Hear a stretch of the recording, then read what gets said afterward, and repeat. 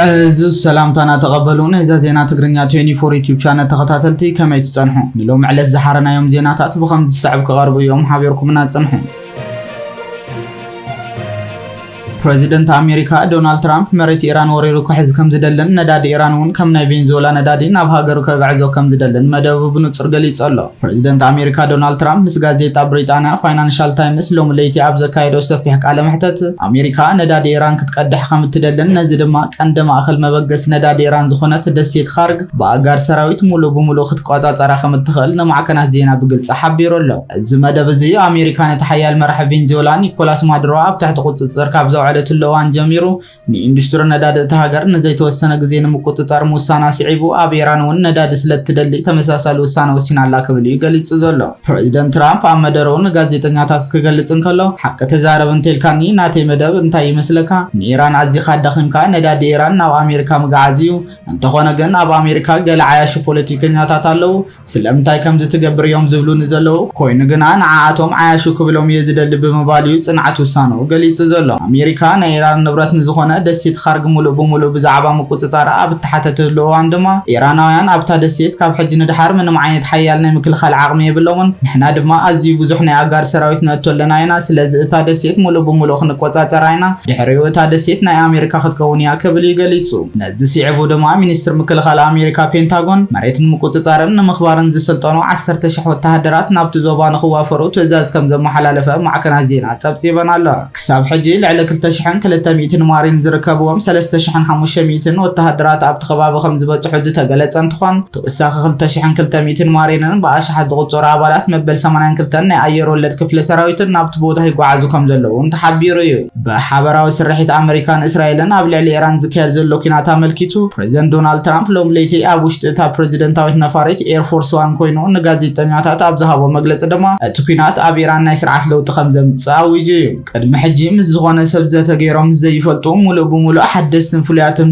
ዝኾኑ ሰባት ዝዘራረብ ዘለኹ በመባል ትራምፕ ኣብ ውሽጢ ኢራን ብዛዕባ ዘካየደ ዘሎ ሓድሽ ነገር ገሊጹ ኣሎ ቅድሚ ሕጂ ኣብ ዘተይና ዘለና ካብ ምባል ወጻኢ ምስ መን ይዘራረብ ከም ዘሎ ካብ ምግላጽ ተቆጢቡ ዝነበረ እንትኾን ሰበስልጣን መንግስቲ ኢራን ብወገኖም ዘተ ዝበሃል የለን በመባል ኣሜሪካ ምስ ገዛእ ርእሳያ ትዘራረብ ዘላ ክሳብ ምባል በፂሖም ነይሮም እዮም ሕጂ ግን ፕሬዝዳንት ትራምፕ ከም ዝገለጾ ኣብ ኢራን ናይ ስርዓት ለውጢ ሕጂ ክመጽእ እዩ በመባል እቲ ዘተ ዘካየደ ዘሎ ምስቶም ቅድሚ ሕጂ ዘይፍለጡን ሓደስትን ሰባት እዩ በመባል እዚ ድማ ከም ናይ ስርዓት ለውጢ ከም ዝቁጸርን ሓድሽ መንግስቲ ኣብ ኢራን ተጸበዩ ክብል እዩ ገሊጹ ዘሎ ተወሳኺ ምስ ኢራን ኣብ ስምምዕ ንምብጻሕ እርግጠኛ ምዃኑ ብምጥቃስ ኣሜሪካ ክሳብ ሕጂ 13,000 ዕላማታት ከም ዝሃረመትን ገና ድማ 3,000 ዝኾኑ ዕላማታት ከም ዝተረፍዋ ትራምፕ ኣብ መግለጺ ወስኹ ሓቢሩ እዩ ኢራን ነቲ ኩናት ደው ዘብል ስምምዕ ክትቀበል ኣለዋ እንተዘይኮይኑ ግን ኣብ ናይ ጸዓት ስርዓታት እታ ሃገር ከቢድ መጥቃዕቲ ክፍኖ ምዃኑ ክሳብ ዝመጽእ 6 ሚያዝያ ናይ መወዳእታ ገደብ ተዋሂቡ ኣሎ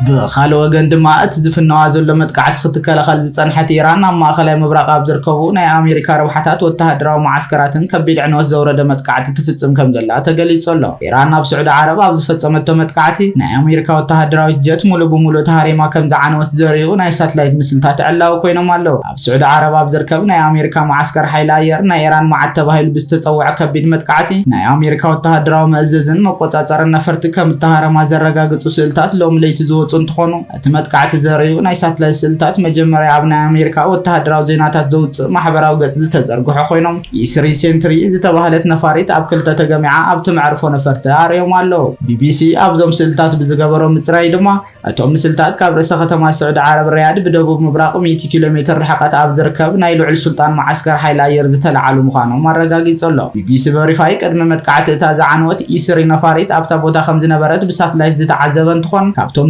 ዝተመርመሩ ስልታት ኣብ ሓደ ናይታ ነፋሪት ቁጽሪ ጭራ ዝረአ ኮይኑ በቲ ቁጽሪ ተጠቒምካ ብዝተገበረ ምጽራይ ድማ እታ ነፋሪት ኣብ በረራ ከም ዝነበረት ንምርግጋጽ ተኻይሉ ኣሎ ኣብቲ ማዓስከር ሓይሊ ኣየር ሓዊ ከም ዝነበረ እውን እቲ ምስሊ ዘርኢ እንትኾን ኮይኑ ግን እቲ ሓዊ በዚ መጥቃዕቲ ብዛዕባ ምልዓሉ ኣይተረጋገጸን ድሕሪ እቲ መጥቃዕቲ ሓደ በዓል ስልጣን ኣሜሪካን ሮይተርስ ከም ዝገለጸውን ብሰንኪ መጥቃዕቲ ኢራን ክልተ ብጽኑዕ ዝቆሰሉ ሓዊሱ 12 ወታደራት ኣሜሪካ ተጎዲዮም ኣለዉ ዝበለ ኮይኑ ብተወሳኺ እታ $270 ሚልዮን ዋጋ ዓባይ ናይ ስለላ ነፋሪት ኢስሪ ሴንትሪ ሙሉ በሙሉ ከም ዝዓነወት እቲ በዓል ስልጣን ሓቢሩ ኣሎ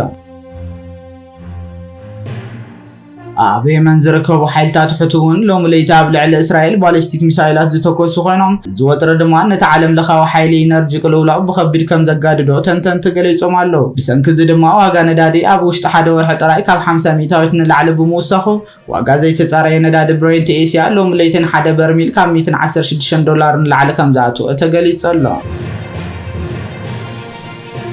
በኻል ወገን ድማ ወጥሪ ማእከላይ ምብራቅ እናተጋደደ ሓዲሩ ይዝርከብ። ሓይሊ ኣየር እስራኤል ኣብ ርእሰ ከተማ ኢራን ቴህራን ኣብ ዝርከቡ ቁልፊ ትካላት መንግስቲ ኢራን ሰፊሕ ናይ ኣየር መጥቃዕቲ ከም ዘካየደ ሓይልታት ምክልኻል እስራኤል ብወግዕ ዘፍለጠ ኮይኑ ነዚ ከቢድ መጥቃዕቲ ስዒቡ ካብ ሰማይ ቴህራን ዕቁር ጸሊም ትኪ ብበዝሒ ክረአ ኣርፊዱ ኣሎ። ማዕከናት ዜና ኢራን ድማ ኣብ ዝተፈላለዩ ከባቢታት እታ ከተማ ኤሌክትሪክ ሙሉእ ብሙሉእ ከም ዝተቋረፀ ዝገለጻ ኮይነን እስራኤል ነየኖት ትካል ከም ዝሃረመት ዝርዝር ሓበሬታ እኳ እንተዘይሃበት እቲ መጥቃዕቲ ንወተሃደራውን ፖለቲካውን ማዕከላት ኢራን ዕላማ ዝገበረ ምዃኑ ግን ተገሊጹ ኣሎ። ይኹን እምበር ትካላት ፀዓት ኤሌክትሪክ እውን ከይተሃረመ ከም ዘይተረፈ ተገሚቱ ኣሎ። እዚ ከምዚ ኢሉ እንከሎ ኢራን እውን ነቲ ዝተፈነወ መጥቃዕቲ ሎም ለይቲ ቅልጡፍ ግብረ መልሲ ክትህብ ሓዲራ ኣላ። ሓይልታት ምክልኻል እስራኤል ካብ ኢራን ዝተተኮሱ ብዙሓት ባሊስቲክ ሚሳይላት ከም ዘለለየ ብምግላጽ ኣብዚ እዋን እውን ኣብ ኢየሩሳሌም ከባቢያን ናይ ሓደጋ መጠንቀቕታ ሳይረናት ይስማዕ ከም ዝነበረ ተገሊጹ ኣሎ። እዚ ናይ ክልቲአን ሃገራት ቀጥታዊ ናይ ሚሳይልን ኣየርን መጥቃዕቲ ልውውጥ ነቲ ዞባ ናብ ዘይተርፍ ሰፊሕ ኩናት ከም ዘእተዎ ተገሊጹ ኣሎ።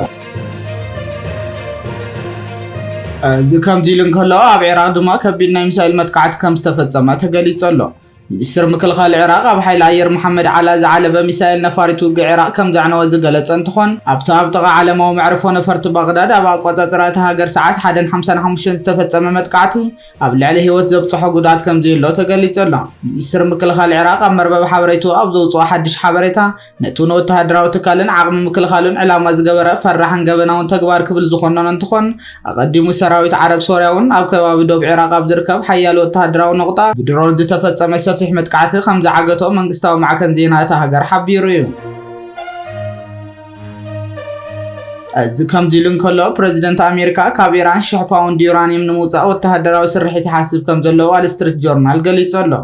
ዋል ስትሪት ጆርናል ስሞም ዘይተጠቐሰ ሰበስልጣን ጸጥታ ብምጥቃስ እቲ ስርሒት ንወተሃደራት ኣሜሪካ ኣብቲ ሃገር ንመዓልታት ወይ ንልዕሊኡ ከጽንሖም ከም ዝኽእል ዝገለጸ እንትኾን ትራምፕ ዛጊድ ውሳነ እኳ እንተዘይወሰደ እቶም ሰበስልጣን እቲ ሓሳብ ብሓፈሻ ቅቡል ከም ዝኾነን ምክንያቱ ድማ ኢራን ኑክለራዊ ኣጽዋር ንኸይተምዕብል ዝዓለመ ቀንዲ ዕላሞም ንምዕዋት ስለ ዝሕግዝን ክብሉ ገሊጾም እዮም። ቢቢሲ ብዛዕባ እዚ ጉዳይ ርእይቶ ንምርካብ ካብ ዋይት ሃውስ ኮነ ፔንታጎን ከም ዝፈተነን ዛጊድ ግን መልሲ ከም ዘይረኸበን ገሊጹ እዩ። ኒውዮርክ ታይምስ ከም ዝጸብጸቦ ድማ ናብቲ ዞባ ዝተዋፈሩ ወተሃደራት ኣብ ኒኩለራዊ ቦታ ኢስፋሃን ዝርከቡ ኣዝዩ ዝሃብተመ ዩራኒየም ኢራን ንምውፃእ ኣብ ዝግበር ተልእኾ ክሳተፉ ከም ዝኽእሉን ኮይኑ ግን እዞም ወተሃደራት ንደሴት ካርግ ንምሓዝ ወይ ንመጻቢ ሆርሙዝ ንምውሓስ እውን ክጥቀሙ ይኽእሉ እዮም ክብል እዩ ገሊጹ። ኒውዮርክ ታይምስ ኣብ መጀመርታ ናይ ዝወርሓ ኣብ ዝዘርግሖ ጸብጻብ ትራምፕ ኣብ ትሕቲ ሓደ እምባ ኢስፋሃን ብበዝሒ ተዓቂቡ ከም ዘሎ ዝእመነሉ ኒኩለሳዊ ቦምባ ንምስራሕ ዝተቃረበ ኒኩለራዊ ንብረት ንምቁፅጻርን ንምጥፋእን ወፍሪ ንምጅማር ብንጹር ይሓስብ ከም ዘሎ ምግላጹ ዝዝከር እዩ። ነዚ ስዒቡ ክልቲአን ማዕከናት ዜና እቲ ወፍሪ ዝተሓላለኸን ልዑል ሓደጋ ዘለዎን ክኾን ምዃኑ እናገለጸያን ዝርከባ።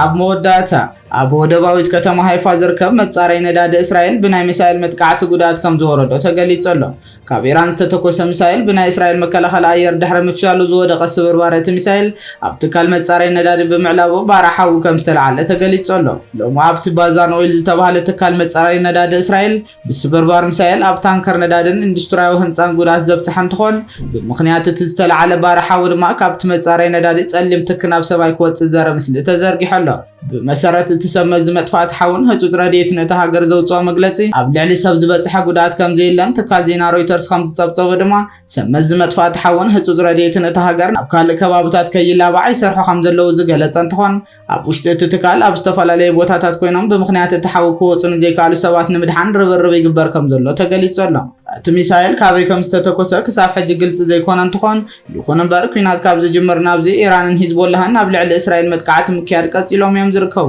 ቀድሚ ሓደ ሰሙን እውን ኣብታ ወደብ ዝርከብ መጻረይ ነዳዲ ግዳይ ተመሳሳሊ መጥቃዕቲ ኢራን ኮይኑ ምንባሩ ዝዝከር እዩ።